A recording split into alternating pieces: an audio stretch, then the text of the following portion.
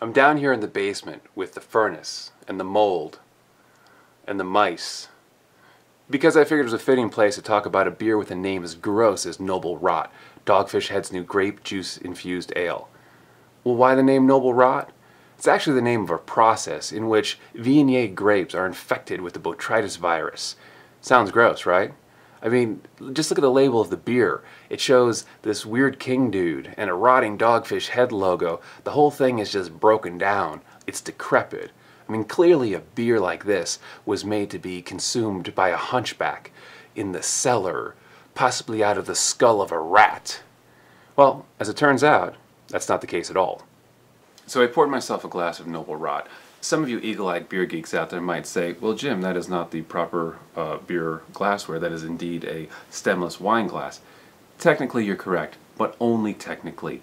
49.5% of the fermentable sugars in this beer come from grapes. The other 50.5% do come from grains, so it really is more beer than wine, but just barely. That beer meets wine hybrid thing continues throughout the entire experience of drinking this beer, starting with the nose.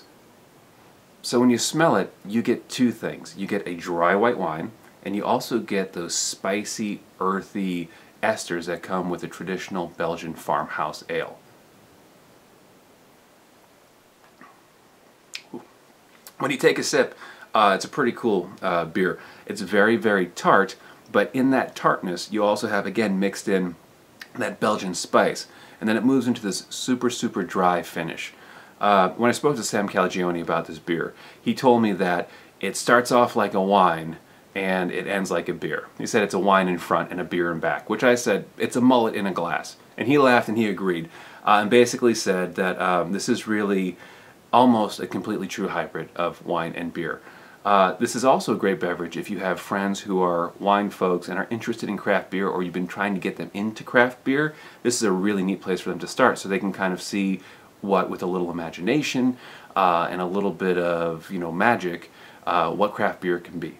But if you want to get some, you better hurry up. They only brewed 4,000 cases worth of this beer, and it's been distributed across America, and from what I understand, it's selling like hotcakes. So I highly recommend you go out and try to find yourself a bottle of Dogfish Head Noble Rot. It's a beer with a tremendously gross name, but it's very, very sophisticated, very, very high-end, and certainly belongs to be in a better place than my basement.